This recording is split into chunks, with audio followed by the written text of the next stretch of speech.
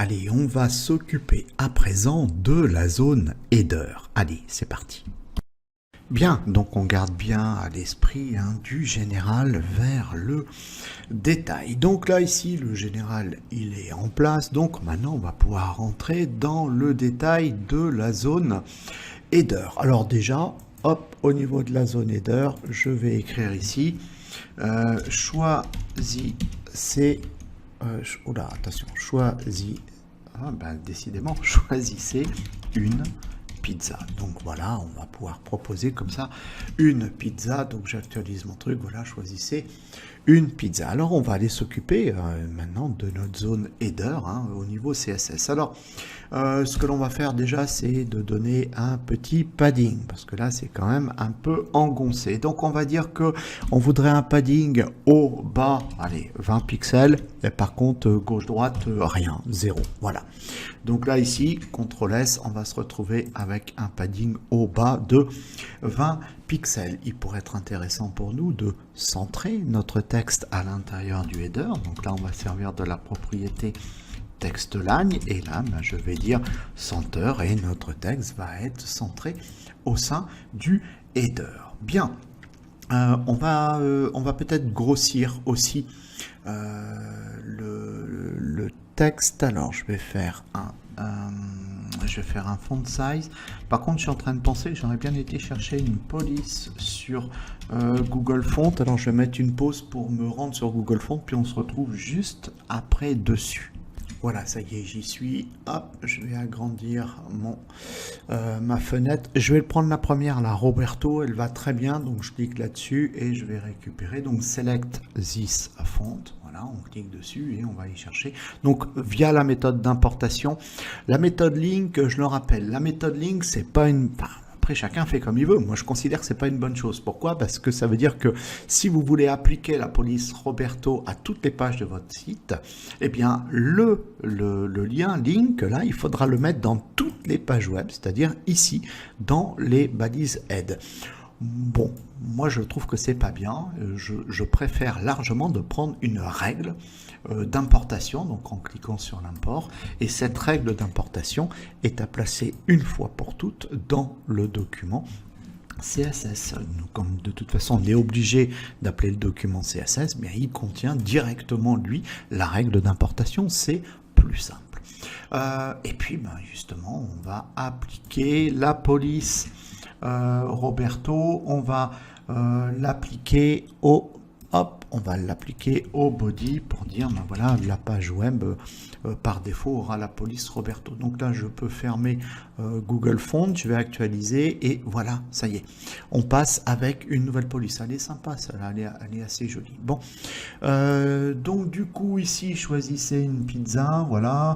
Je vais peut-être espacer un petit peu les lettres, alors pourquoi pas, je vais faire un letter, hop là, attention, letter spacing, et puis on va les espacer peut-être de 1 pixel, on va regarder, histoire que ça soit, voilà, ça prend un tout petit peu de place, bon, mais par contre ça reste sympa, ça reste joli.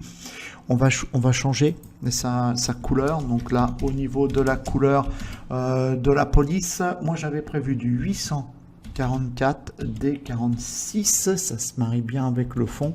844 D46, c'est ça. Je fais CTRL S, j'actualise mon document, voilà. Bon, pas mal. Ok. Allez, puisqu'on en est pour faire des effets. Et si on donnait une petite ombre portée à notre header, mais juste en dessous, c'est tout. Donc là, ici, on va chercher la propriété, on se rappelle, box, shadow, voilà, ombre pour la boîte, donc box shadow. Ok, alors première valeur, c'est ce qui correspond à l'ombre droite ou gauche, donc si elle est positive, l'ombre est à droite, si elle est négative, elle est à gauche, mais moi je veux pas d'ombre ni à droite ni à gauche, donc je dis 0, il n'y en aura pas. Deuxième valeur, c'est en haut ou en bas. Si elle est positive, c'est en bas, si elle est négative, c'est en haut, ben moi je veux une ombre en bas. Alors l'ombre, elle fera 3 pixels, elle sera pas très grande, et puis ensuite c'est l'intensité de l'ombre, je vais dire une intensité de 5 pixels, et enfin c'est la couleur de l'ombre, on va faire en gris comme ça, léger, CCC, j'actualise, voilà, ok. Bon, ça c'est fait, et puis on va mettre une image de fond. On va mettre une image de fond sur notre page web, donc on va la mettre au niveau du body. Alors pour aller chercher l'image de fond, on va servir donc de la propriété background image. Eh ben, elle est là, c'est parfait, background image, et ensuite on va chercher notre petite fonction URL. Alors l'image, j'ai créé un dossier image, normalement, si je me rappelle, est-ce que j'ai bien créé un dossier image? Normalement oui, voilà, si c'est bon. Alors vous voyez, j'ai déjà prévu, donc j'ai le fond.jpg, puis j'ai prévu des pizzas, donc on verra ça un petit peu plus tard. Donc là, le fond, alors je vais faire CTRL S, je vais regarder déjà, ok, le voilà. Bon, alors on se rend pas bien compte, mais vous voyez, en fait, c'est des pizzas cuites au feu de bois, c'est le four. Alors on se rend pas bien compte, alors justement, on va manipuler un petit peu notre fond. Alors hop, c'est ça qui est important, d'avoir des bonnes connaissances en CSS de façon à pouvoir ne pas subir en fait voilà ce genre de choses, mais à pouvoir le manipuler nous-mêmes. Alors déjà, pourquoi pas, on peut aller chercher notre propriété background repeat, voilà, parce qu'on sait que par défaut, bien ça va se répéter. Donc moi je vais lui dire no repeat, voilà, ne te répète pas, pour le cas où ce serait un très très grand écran. Voilà, je veux pas que l'image de fond se répète. Par contre ici, bien j'aurais aimé que justement, hop, c'est même pas celui-là, c'est ici, voilà, j'aurais aimé avoir une couverture de mon image de fond. Alors là, je vais aller chercher ma propriété background size. Alors je sais pas, non, ici je peux pas l'avoir quand je fais ça. Si, je l'ai vu. Background size, voilà, et je vais lui donner la valeur cover, couvre. Alors je vais faire CTRL S.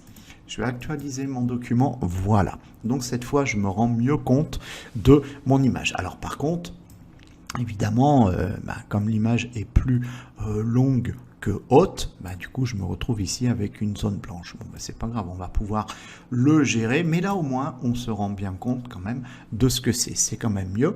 Donc du coup, si je veux gérer la proportion de mon image, je vais attacher mon image, donc je vais chercher la propriété background attachment et je lui donne la valeur fixed, et là je vais fixer mon image, voilà, sur tout l'écran, et puis du coup elle s'adapte, vous voyez, elle s'adapte parfaitement, voilà, c'est vraiment très agréable, ça s'adapte parfaitement. Alors je peux même la centrer, je peux aller chercher ma petite propriété background position, alors background position, voilà, puis je vais lui donner la valeur center, CTRL S, comme ça sera encore plus intéressant. Pouf, voilà, c'est encore plus intéressant.